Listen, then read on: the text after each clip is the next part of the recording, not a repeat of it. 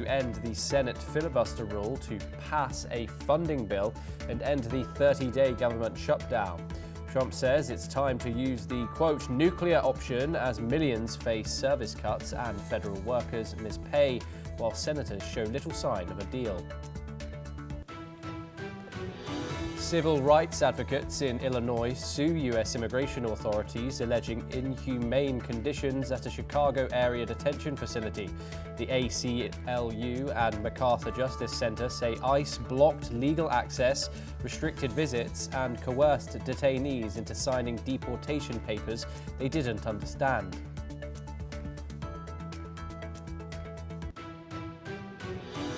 Two U.S. judges could rule as early as Friday on whether the Trump administration must restore SNAP food aid payments amid the ongoing government shutdown.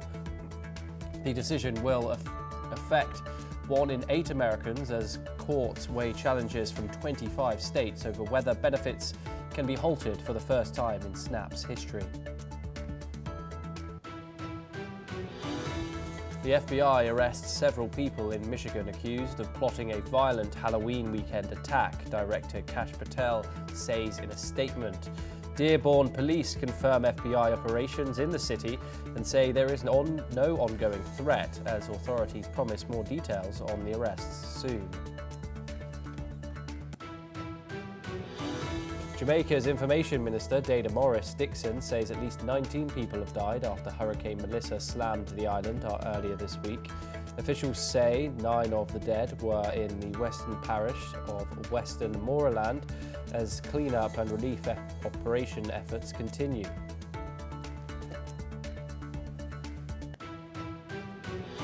US President J.D. Vance says testing the nation's nuclear arsenal is essential to ensure it functions properly following President Trump's new directive. Vance declines to detail what kind of tests were ordered, saying that only the president's statements speak for itself. India and the United States sign a 10-year framework to expand defense ties, focusing on coordination, information sharing and technology cooperation. The deal, announced after talks between defense chiefs Pete Hegseth and Rajnath Singh, comes amid trade tensions and seeks to bolster regional stability in the Indo-Pacific. Police say more than 1,000 items and historical artifacts have been stolen from the Oakland Museum of California's storage facility in an early morning burglary. The FBI and Oakland police are investigating the October 15th heist, which took place just before 3:30 a.m., targeting the museum's off-site collection.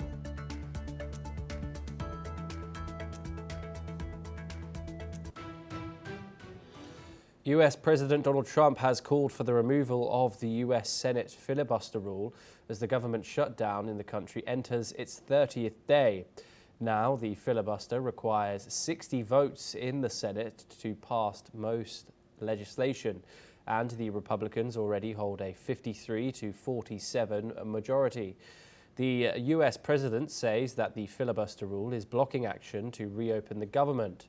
There is still no agreement in sight as Senate Republicans push for a temporary funding bill until late of November, while Democrats demand negotiations to renew federal health care tax credits. This government shutdown has kept much of the federal government closed since October the 1st, impacting around 750,000 workers. Some federal employees continue to work without pay, including law enforcement and immigration officers, while troops are receiving limited pay. Now, in a related development, US Vice President J.D. Vance has warned that a government shutdown lasting until Thanksgiving could bring major trouble for the airline industry. Vance recently joined airline executives and transportation officials in a roundtable discussion on the ongoing strain on air traffic control and regional security staffing. Over 63,000 air traffic controllers and TSA officers have been working without pay, leading to rising absences and air staff shortages nationwide. Moreover, hundreds of controllers have taken second jobs to cover bills, and airlines are donating food to support federal workers at airports. Okay, we're now joined by Matthew Verdum. He is an American journalist and he joins us live from Washington, D.C. Thank you very much, Matthew, for joining us here on NewsX World. It is a pleasure to have you. Thank you. Of course, let's first start with this filibuster. Donald Trump says, let's get rid of it now. Is this a serious strategy shift or a bluff to force Democrats to the table, do you think? I suspect it's a bluff to force Democrats to the table because I don't think the Republican members of the Senate have any appetite for getting rid of the filibuster. The filibuster prevents certain important legislation from moving forward unless it receives at least 60 votes from the 100 senators, members of the United States Senate. And the filibuster prevents one party from taking total control, basically. And it's been useful many times in the past. And I think the fear among Republicans is that if they get rid of it this time, for convenience so that they can end the government shutdown, then this removing the filibuster as a tool will come back to haunt them, and Democrats will be able to pass important controversial legislation with less than 60 votes. So I think that most Republicans sense there's a danger there. I can understand why President Trump is upset, but it's hard to believe that it's hard to believe that he's being serious. I think it's just a tactic. Yes, indeed. And of course, this shutdown has now entered its 30th day. How is this affecting public confidence on both Congress and the presidency? I think that according to the articles about opinion polls that I've read, Republican lawmakers are being largely blamed for the shutdown, but President Trump's approval rating has been rising during the shutdown. So it's a mixed picture, a mixed bag. We're getting there. There is pressure, and I think that people are. I don't think that people are particularly upset because when the government shuts down, it's not really the whole government shutting down. It's only like, 20-25% of it. Museums, government-funded museums don't open, and government parks and things like that shut down. But now with the SNAP benefits, food stamps, or EBT as some people call them, which is a government subsidy to poor people to buy food. Now that the funding for these so-called SNAP benefits has run out, I think some people are going to probably become upset. And, as they find that they don't have the $100 or $200 or whatever it is per month available to them to buy food.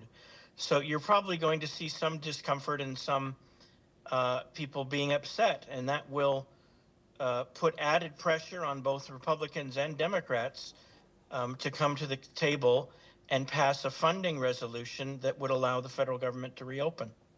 Okay, Matthew, do stay with us. We have some further updates coming in, and the FBI has said that it has thwarted a potential terrorist attack in Michigan, arresting multiple suspects accused of plotting a violent strike over the Halloween weekend. FBI Director Kash Patel confirmed the operation in a social media post, saying agents acted early on Friday to disrupt the planned assault. The arrests were made in Dearborn and Inkster, near Detroit, both.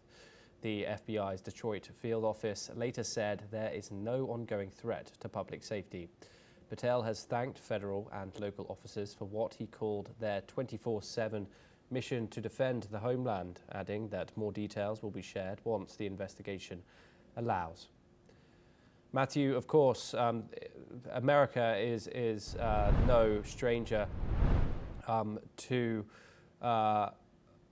plots and, of course, foiling said plots. And when these huge celebrations like Halloween come around, of course, America celebrates Halloween in a huge fashion.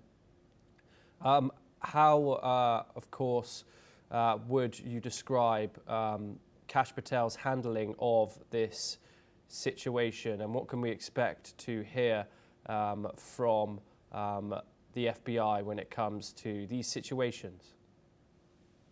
It appears that Kash Patel is handling this matter cautiously while the FBI investigates.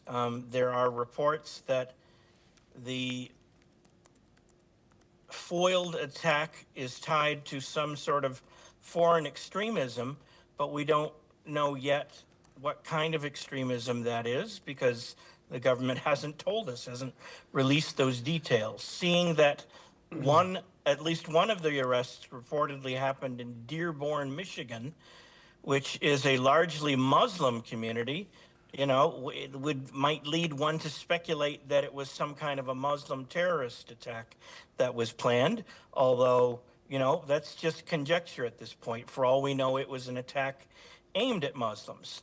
So, even though, that doesn't seem to happen very often. It sounds to me like Kash Patel of the FBI is being very cautious, and I hope he releases more details soon so that we can know the extent of what was planned. Americans really do love Halloween. I don't know if you have Halloween, if it's celebrated in India, but basically little children put on costumes and they go from door to door asking for candy. And, it's a happy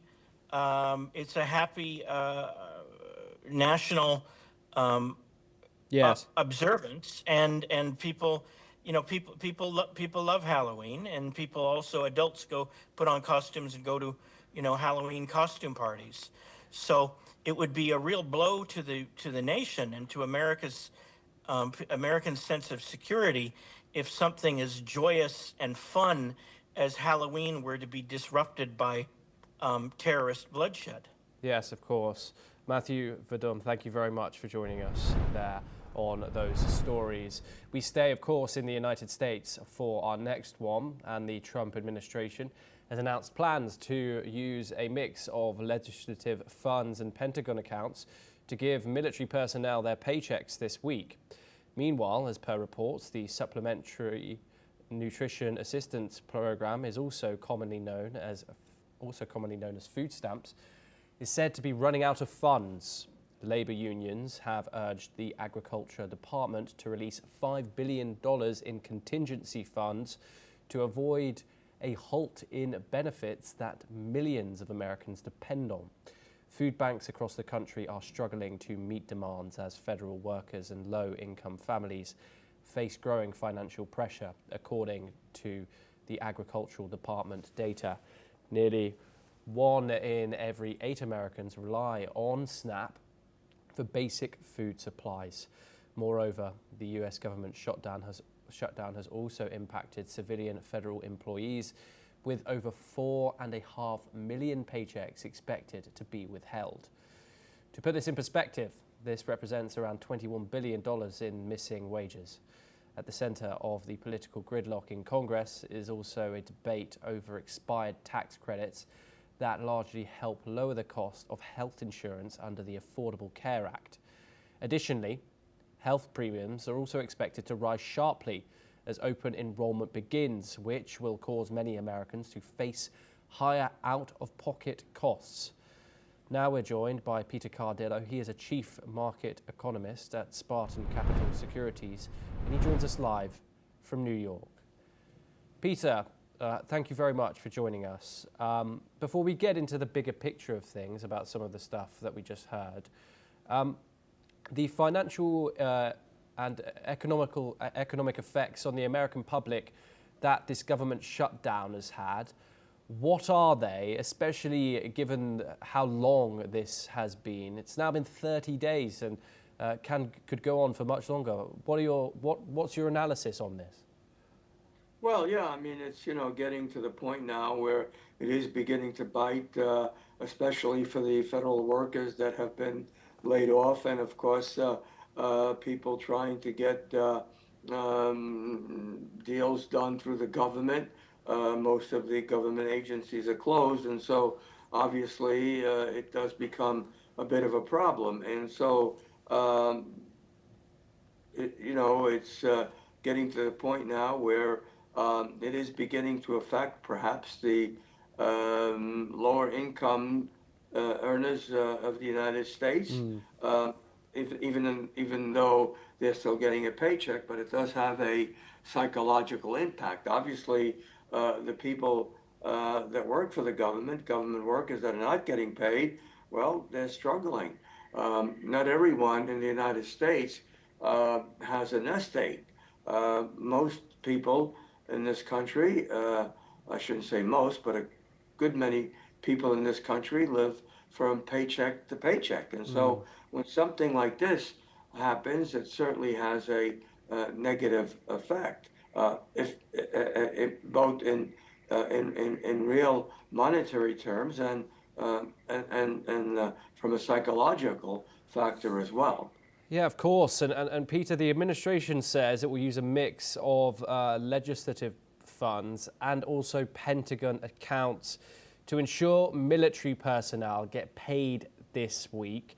From a strategic perspective, does this signal a two-tier system of who matters first in the event of a prolonged funding gap? Well, I would hope that the lawmakers realize that if you don't pay the military, you might have a problem. Mm. And, strategically speaking, that's not a good thing, is it now? But, I don't think they'll skip it.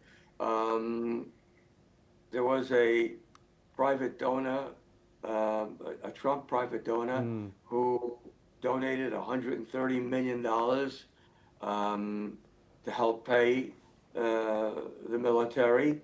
And of course, they've already drained out about close to $5.5 billion from the Defense Department fund. So I kind of think that most of them will get paid, if not all of them. But I also think it's a clear message to the lawmakers: get your act together and get it together rather quickly. And in all fairness, Trump just today said, send a message to the GOP: get rid of the filibuster and let's talk. Get the negotiations going to reopen the government. And I think that's going to happen. I think it's going to happen, uh, rather sooner than later. I don't think we go much more than another 2 weeks with the government shutdown. Peter, thank you. Do stay with us as we have some further news. A Northern Virginia non-profit has supported small businesses and entrepreneurs for nearly 30 years is closing its doors at the end of this year. Community Business Partnership, a community development financial institution, relied heavily on federal funding to provide loans and educational programs. This year, the Trump administration withheld more than $300 million in appropriated funds, with funding paused and uncertainty looming. Many CDFIS nationwide are facing service cuts or mergers, leaving small business owners with fewer options. Carly Sinclair Robinson, the organization's former business finance director, is now overseeing the shutdown. Let's take a listen to her.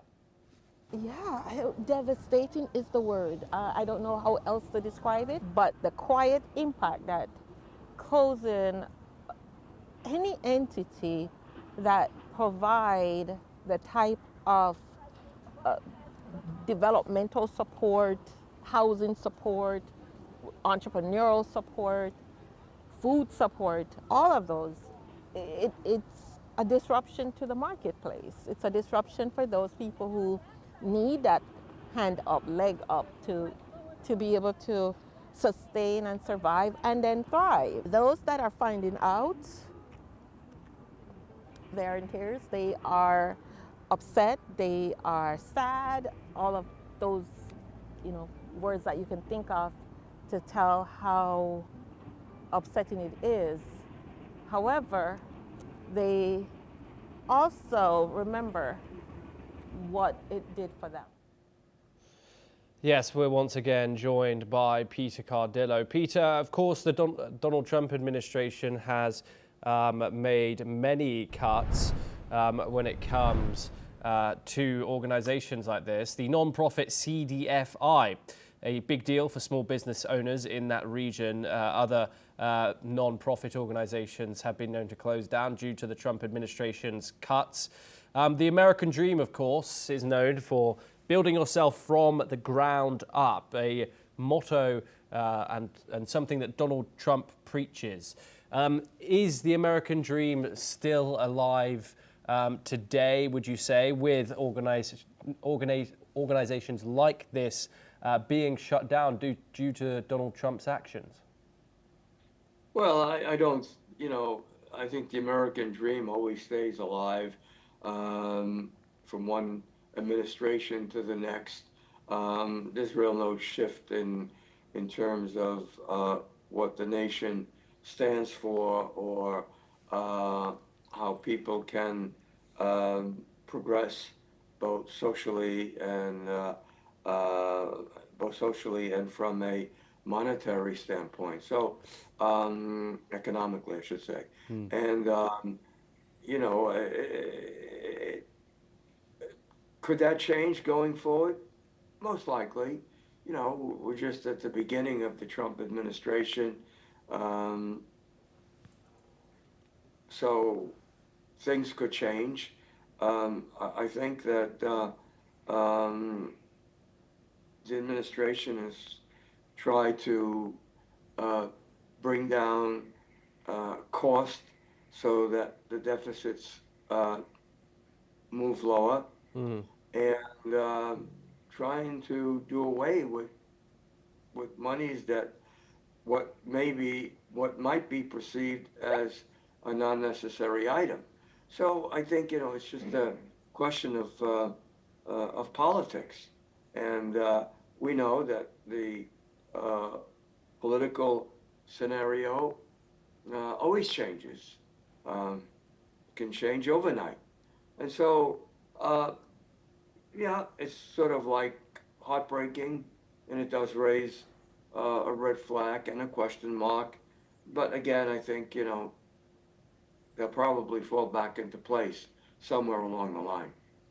Yes, Peter Cardillo, thank you very much for your insight on those topics, and thank you very much for taking the time and joining us here on NewsX World.